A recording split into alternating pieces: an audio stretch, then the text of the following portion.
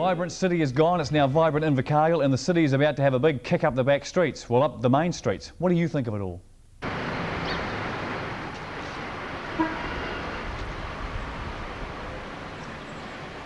This is Invercargill's downtown, but take a good look at it because it may not look this way for long. Vibrant Invercargill is looking to change the image and the whole look of the centre city. And one of the things it's going to change is, look, these wide streets. They've always been wide. Before we change them though, let's look back in time and see why they were originally so wide. Well, I've got a photo here showing an example of North Road out at Waikiwi area, and you can see all the mud here. Now by the time you get more traffic condensed down, the streets would be very muddy when we have our rain sometimes, and the option would be there to choose some high ground on the main street.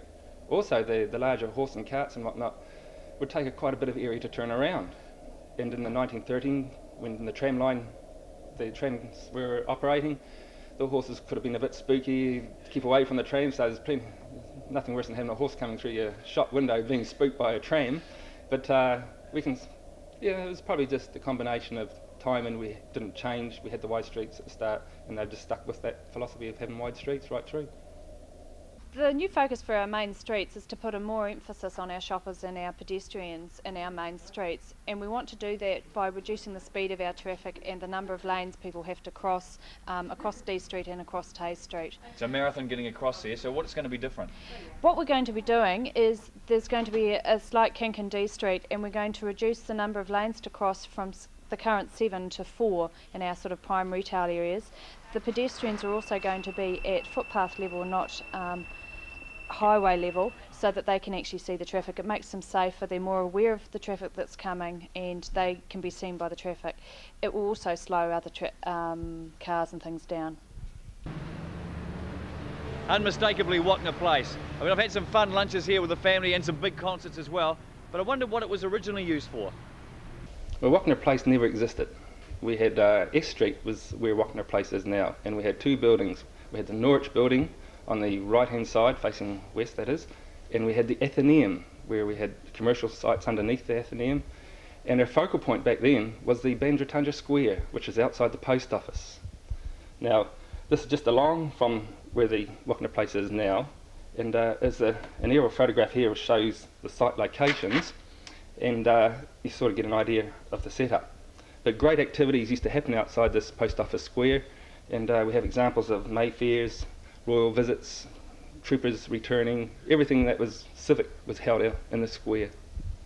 What would you like to see for Wagner Place? We want to make it a very user-friendly place. We want to make it slightly bigger. We want to put some grass in, or grass plots in it.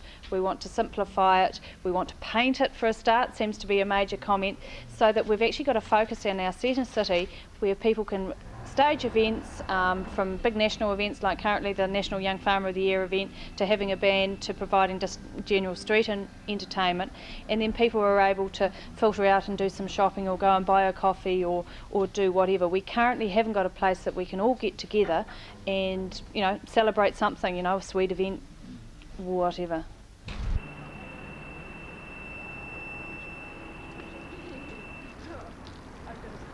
We don't have a mall in Invercargill City, and so our streets actually act as our mall. Now there'll be no retailer in town that have let their inside of their shop go 15 years without an upgrade, and so what we're wanting to do is actually tidy up the paving, what our buildings look like, all that sort of thing. This is what this concept is about, so that people are attracted to come here. We need to do an upgrade. And if we upgrade and things are looking good there, spin-off? The spin-off is that we will attract more people back to our inner city, and they will get more shopping, there'll be more coffees bought, all those types of things. We're going to bring more people into our inner city, they're going to spend their retail dollar here, and we're going to have a much more vibrant inner city. There we are, vibrant Invercargill. A look back before we look forward. Now, the plans are on display at Vibrant Invercargill, which is in the old telecom building, the one that looks straight onto Wagner Place, right there. So pop along there between 10 and 3, Monday to Friday. Have a look at the plans and have your say.